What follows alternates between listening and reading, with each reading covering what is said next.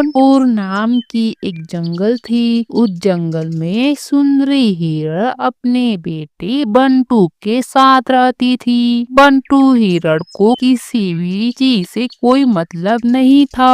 बेटा सुनो तो, इस गड्ढे में मेरी गेहूं की दाने गिर गई हैं, तो तुम उसे निकाल दो ना। मैं अभी खेलने के लिए जा रहा हूँ, मेरे पास इतना समय नहीं है। तुम खुद ही अपनी गेहूं की दाने निकाल लो। वहाँ पर सुंदरी हिरण आ जाती है।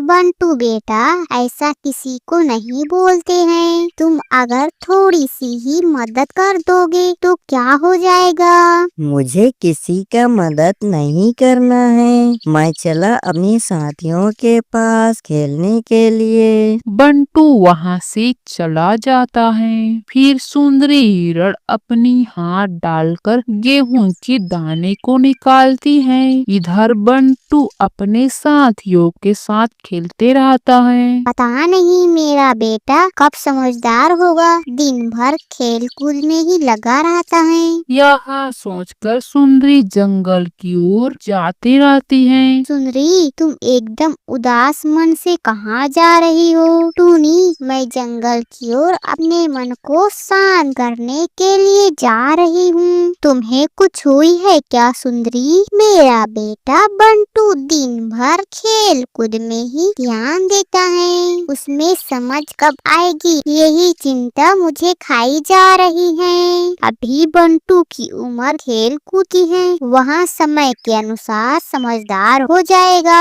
अगली सुबह होती है तो बंटू की दोस्ती सियार के साथ हो जाती है। फिर दोनों मिलकर मीनू की अंडे को चोरी करते हैं। दोस्त, मैंने तुम्हारे भोजन के लिए मीनू की अंडे चोरी किया हूँ। अब चलो मेरे लिए सब्जी लेने सब्जी की खेत में जाएंगे। दोनों चलते चलते बग्गू भालू के खेत में पहुंच जाते हैं। फिर खेत में घुसकर आराम से फल फूल खाने लगते हैं। ये क्या मेरे खेत में हलचल हो रहा है? लगता है कोई जानवर सब्जी की खेत में आ गया है, उसे मैं अभी मजा चखाता हूँ। बग्गू भालू खेत में फल को खाते हुए देखता है। फिर बंटू और जग्गू को दौड़ाने लगा है। जग्गू सियार भाग जाता है, लेकिन बंटू पकड़ा जाता है और खूब मार खाता है। मम्मा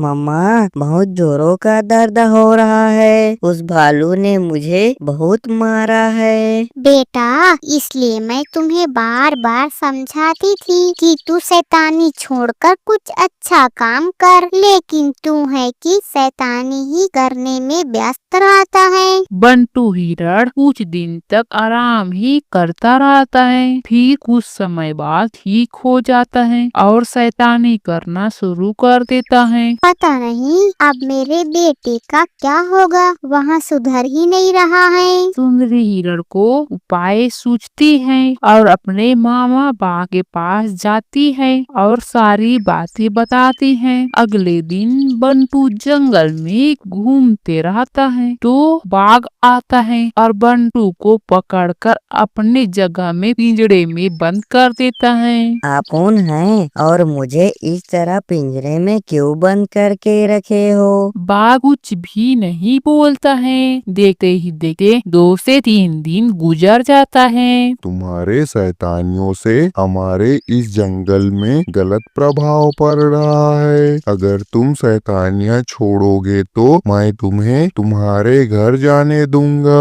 बंटू बाघ की बात को मानता है और अपने घर चला जाता है और दूसरे जानवरों की मदद करना शुरू कर देता है। मामा जी, आपकी वजह से मेरा बेटा अब सुधर गया है और दूसरे के भी मदद करता है। सुंदरी हिरण अपने बेटे को देखकर खुश होती है और जरूरतमंदों की सहायता मिलकर करते हैं।